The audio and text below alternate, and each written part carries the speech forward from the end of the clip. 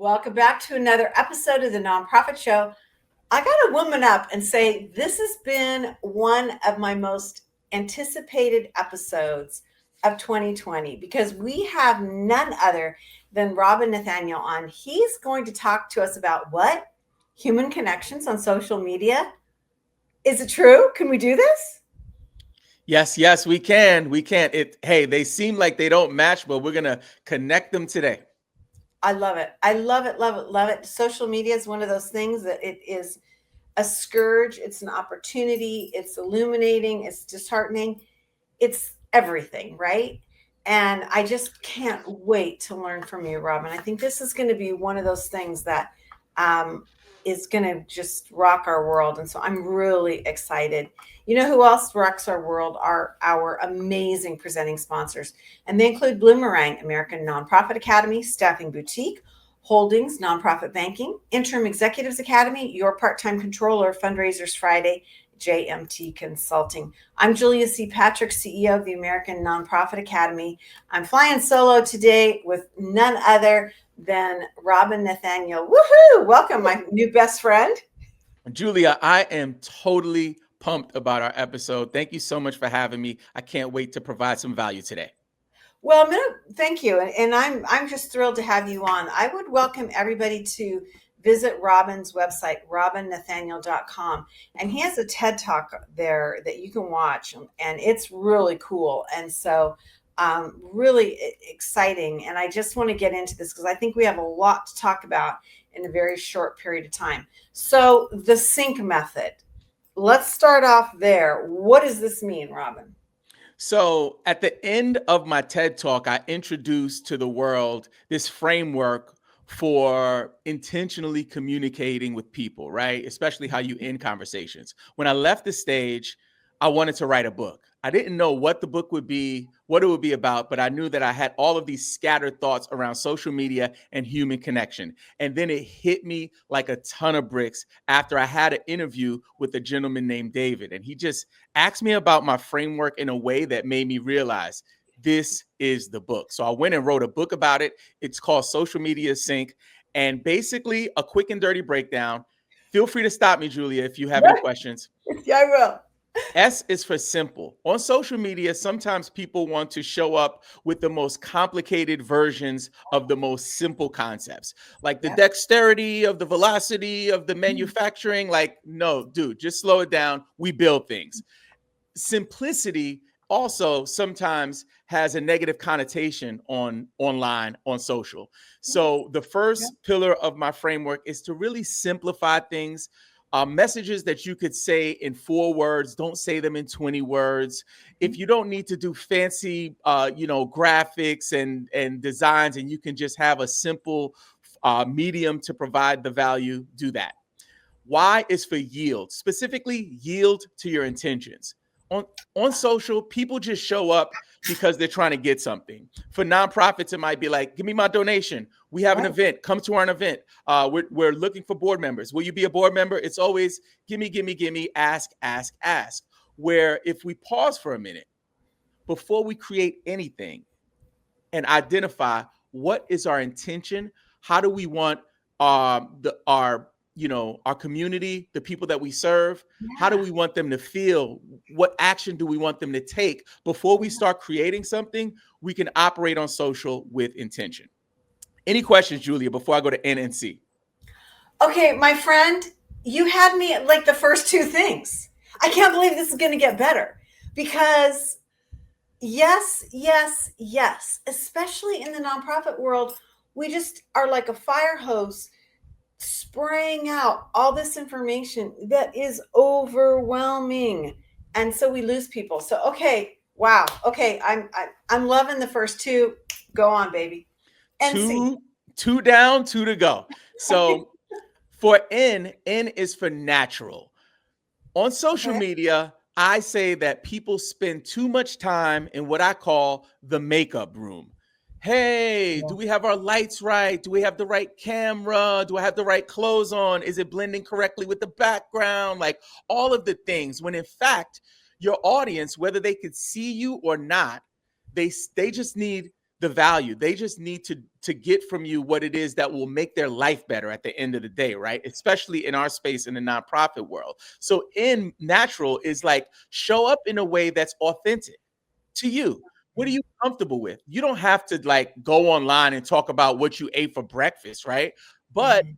I always challenge people to do the best friend test. When you write a piece of content, when you record a piece of content, are you speaking in a way that your best friend would be able to relate and receive that message? And if you can pass that test, you're on the right track.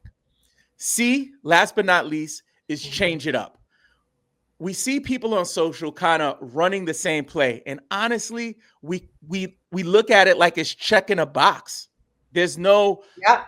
care. It's like we're Yep. doing social. Gary Vee said we got to do social. Let's do social. Check the box. Did we plan the entire month? Is everything scheduled? Let's go back to regularly scheduled programs, right? Right, It's not right, like we're not nurturing anything. We're not treating social media like it's actually social. So change it up is like, hey, if something is not working, it's okay to stop, reset, assess, and then relaunch. And also, once we get some traction, it's okay to experiment with things that we haven't done. We see people have success with a certain medium, with a certain platform. For example, Instagram Reels. Your Instagram Reels take off. You're like, we're going to do Instagram Reels forever. And then there's an algorithm shift. And then all of a sudden, you're like, they're not working. What do we do? If you're right. testing other pieces of content on other platforms, you can kind of get ahead of the game in that sense. And that's a quick and dirty breakdown of the sync method. Wow. Okay. You've got my hair on fire. I love this. I think it's very logical, and it's definitely less staged, as you said, use the word natural. But it seems to me, Robin, that this is when you put all those pieces together, it's a lot more achievable. Yes. And also, one thing, Julia, that I tell folks all the time, and this is a big part of my book. In the intro, I talk about it: algorithm proof content. People Yeah. talk about the algorithm like it's Bigfoot. People talk about the algorithm like the abominable snowman off in the mountains somewhere, like it's some creature or thing. When in Mhm, fact, if you can use this framework and put this objective as your priority, mhm. how are you improving the lives of the people who get your content? If we can hit that switch and not make it about the actual conversion is how many people we got to the website. The actual conversion is how much money we raise. If we can change our thinking around what we're creating and the reasons and intentions behind it, then all of the other stuff will come. It'll be a byproduct of service. And again, a lot of my concepts and principles around this, Julia, are a bit radical. I know that. But I believe in it, and I've seen it work in real time, especially for nonprofits. Well, Robin, I'm thinking about what is it that I respond to, and all those things that you said. I'm thinking, like I'm sitting on the other side of the desk, looking at my phone or my desktop. I'm like, holy moly, he's right. That those are the things that I respond to. Not the Tuesday at 2 o'clock standard shtick. I mean, yeah. So it's very interesting that you have brought this up. I absolutely love it. I'm really, you've given me a lot to think about. So let's move on to another one of your tenants, and that's the joy audit. What does that Mhm. look like, and what should we be thinking about? I know it's like, So I lost my brother in 2021, mm, and it rocked me to my core, Julia. I've never felt pain like that. Every time I talk about it, like I could feel my like a visceral reaction thinking about it, right? And sure. during this time, I wanted to have kind of a fresh slate to reassess my life. So I Mhm, paused my business, which was profitable at the time, and I stepped away so I could just assess where I was putting my time and energy. So I mhm, pulled out a piece of paper and I started jotting down different time slots. Like, what do I do in the morning? Like, what is my commute? What am mhm. I doing on my commute? How much time am I spending with my kids? Like, do we sit at the table to have dinner together? Am I exercising enough? And what I found was my life was a hot mess. It was just a bunch of jumbled crap, mixed up things that I didn't even know why I was doing. And I was overwhelmed by the process. And I was making a sandwich one morning and it hit me. I said, create. I'm actually creating. I'm not making a sandwich. I'm actually creating Yeah. something.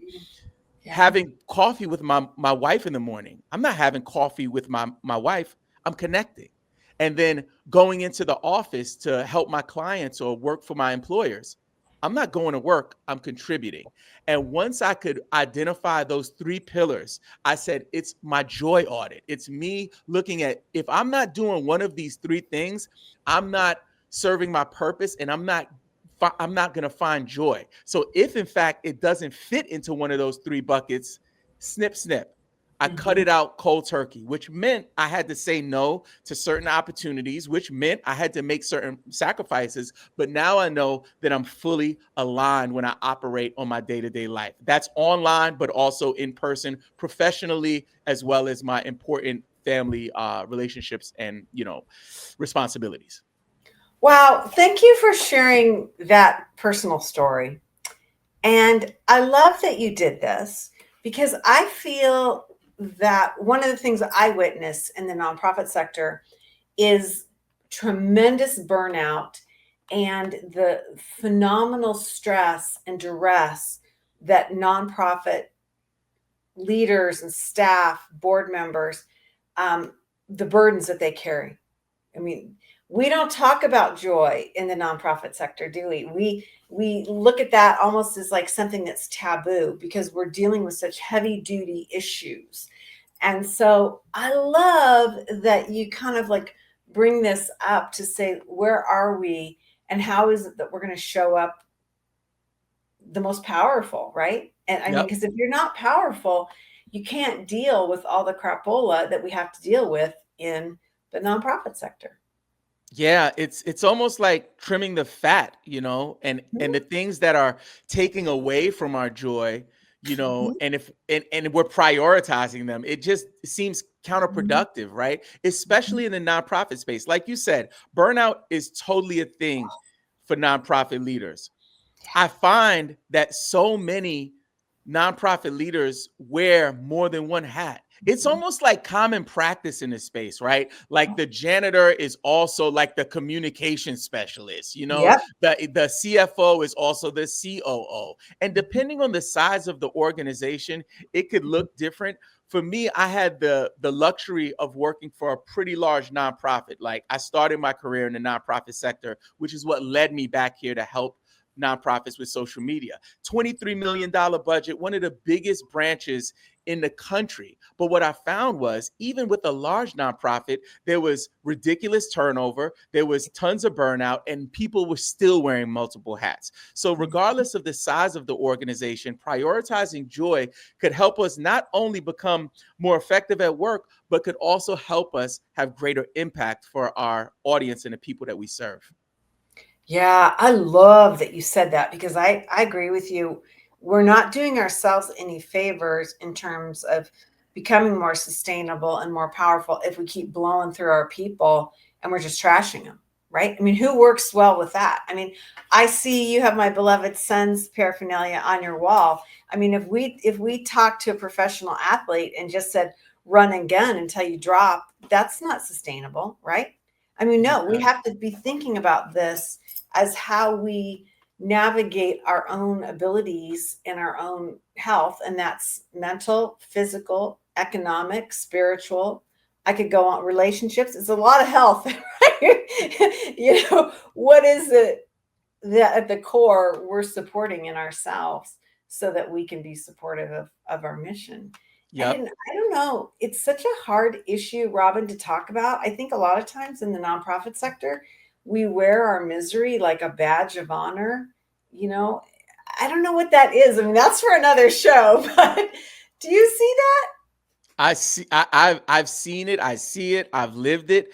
that? Okay. I think a part of it too, right, is understanding that most nonprofits, when people sign up to work for a nonprofit, it literally has in the title nonprofit. Like Right. money is not the objective, right?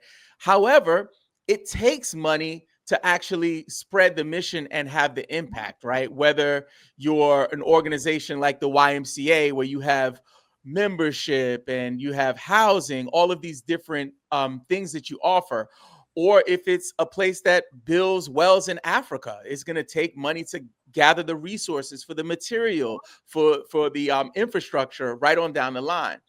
But that pain comes from a pure place. I think the key is identifying the extra weight that you're carrying that creates, things in the journey that are just avoidable and not needed. And I think that there are headaches that we have that are almost self-inflicted headaches.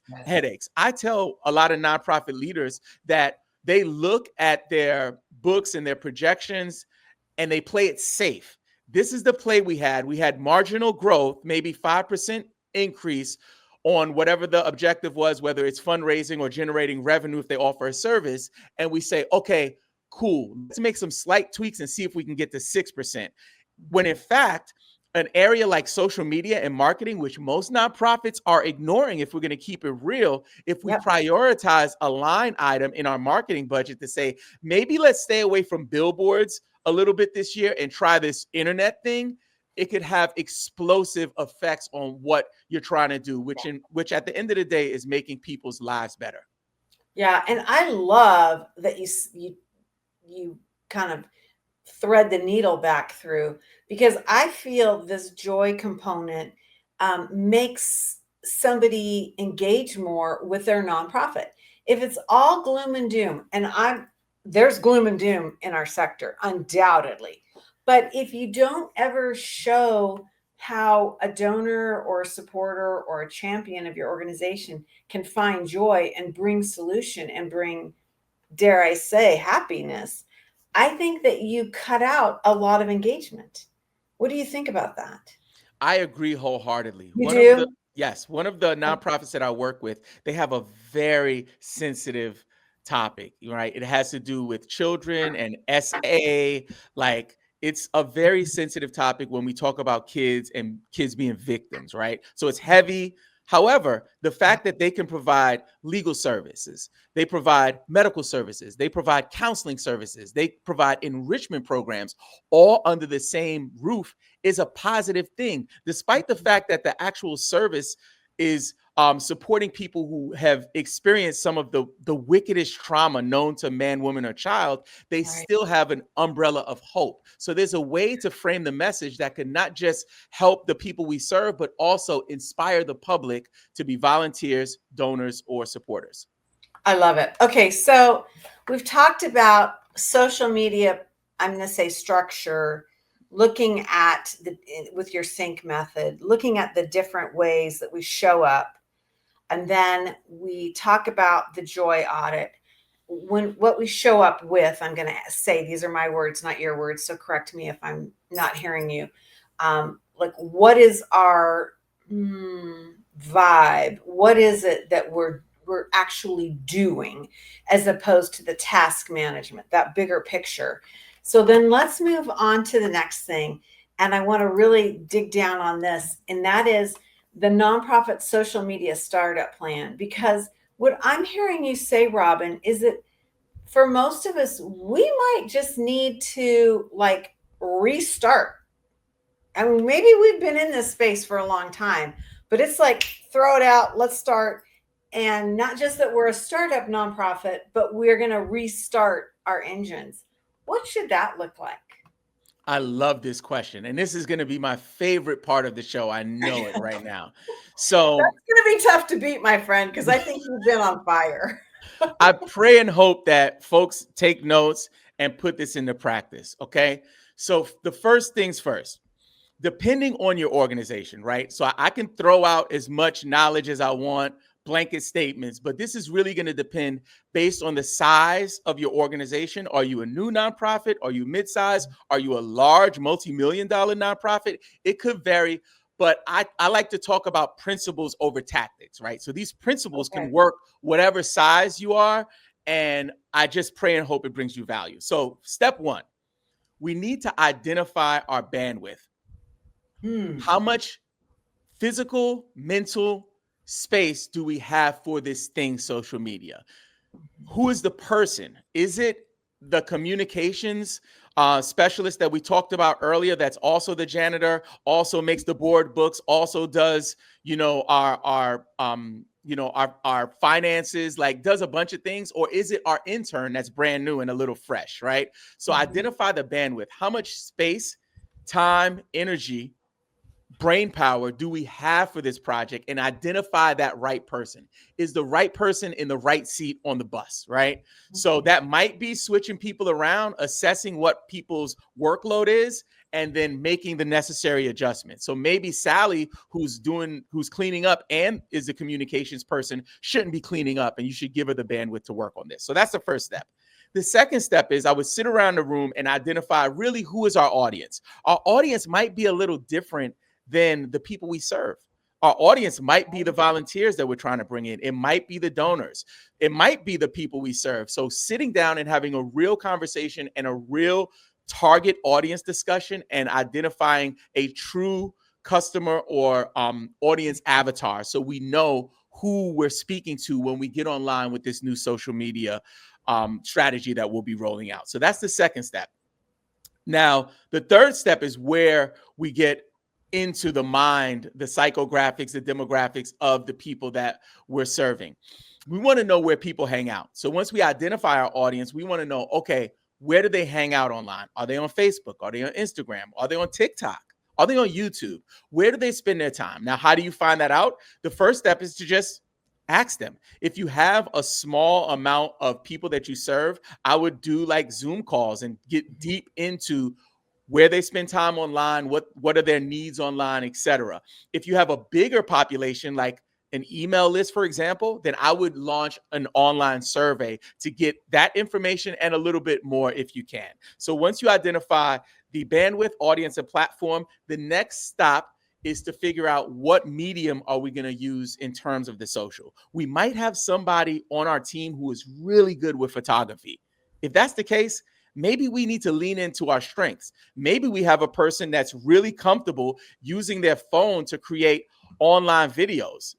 Maybe Right. we need to do reels. Maybe we have a really strong writer on our team with an extensive copywriting background. Maybe we need to lean into written text on X or LinkedIn. So the next stop is identifying which people on our team have the skills that we can use. It'll be perfect if it's the person that you identify for this role, to really lean into whatever their strength is and somehow tying it into that platform that you chose. Because the thing about social media, most platforms, you can do it all. Even platforms like Instagram, where you have to put up some kind of an image or a video, you can actually do text on an image and do create, Correct. text image posts. So don't feel Right. like if you're just writing, you still can't make it some kind of a visual creative. And then the last step is to just let it rip. Once you know those things, let it rip for 6 months.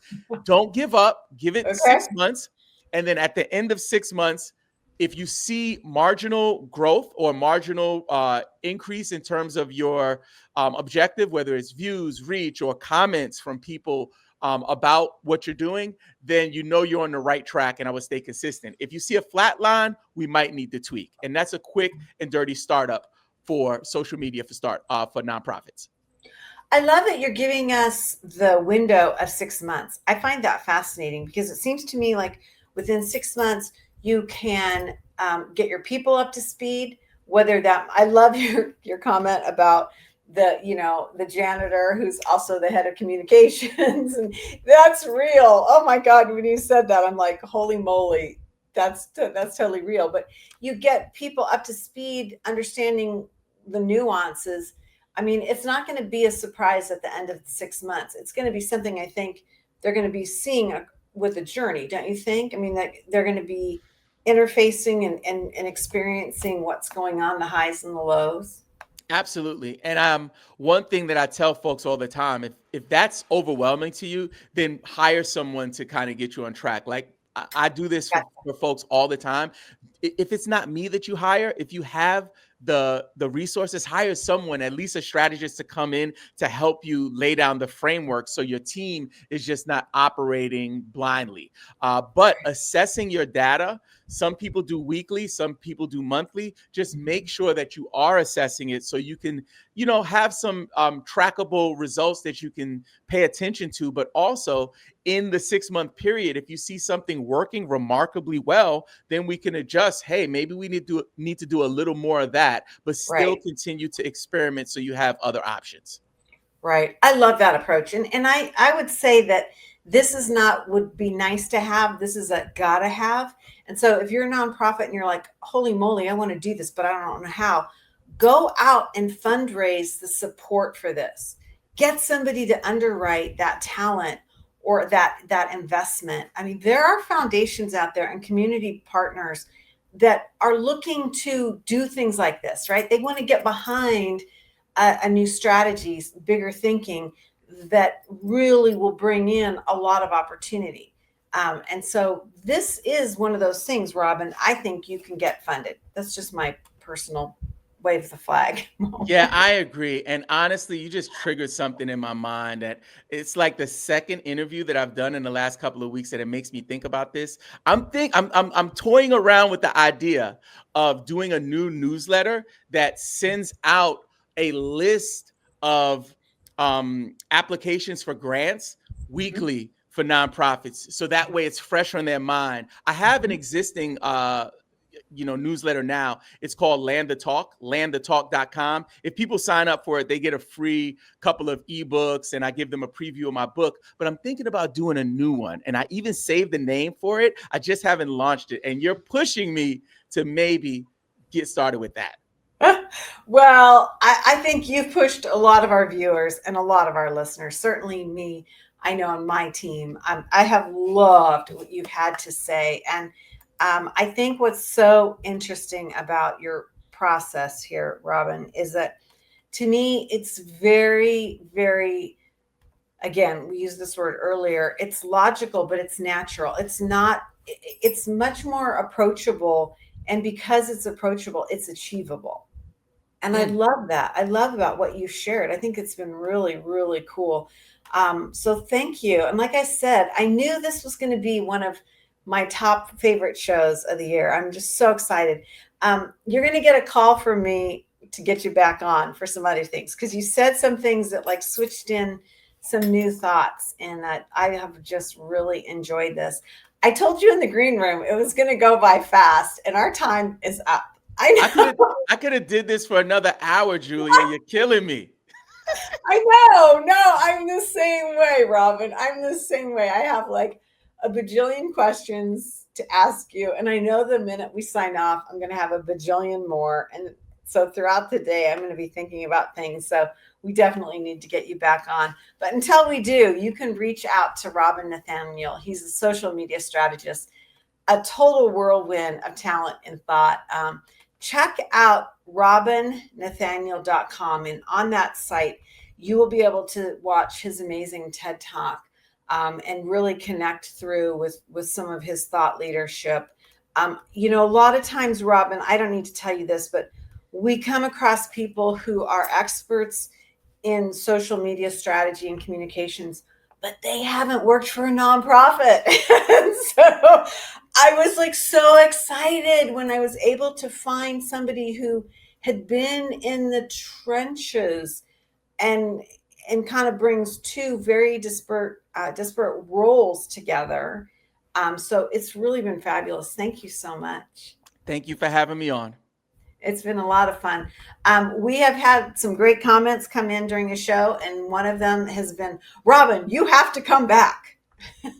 Oh, in the immortal words of Arnold, I'll be back. I love it. We will count on that. We will definitely count on that. Another thing we count on each and every day are our presenting sponsors, and they include Bloomerang, American Nonprofit Academy, Staffing Boutique, Holdings Nonprofit Banking, Interim Executives Academy, Your Part-Time Controller, Fundraisers Friday, and JMT Consulting. These are the folks that have been with us now for almost 1,400 episodes, and we are now in our 6th year of broadcasting. And so I want to make sure that we acknowledge these amazing supporters of ours. Robin, we end each and every episode with this message, and it kind of tags into your joy audit that you brought up. And so I love saying it today. I say it every day, and it means something different every day, but today it really tags back to your joy piece. And the message is this: to stay well so you can do well.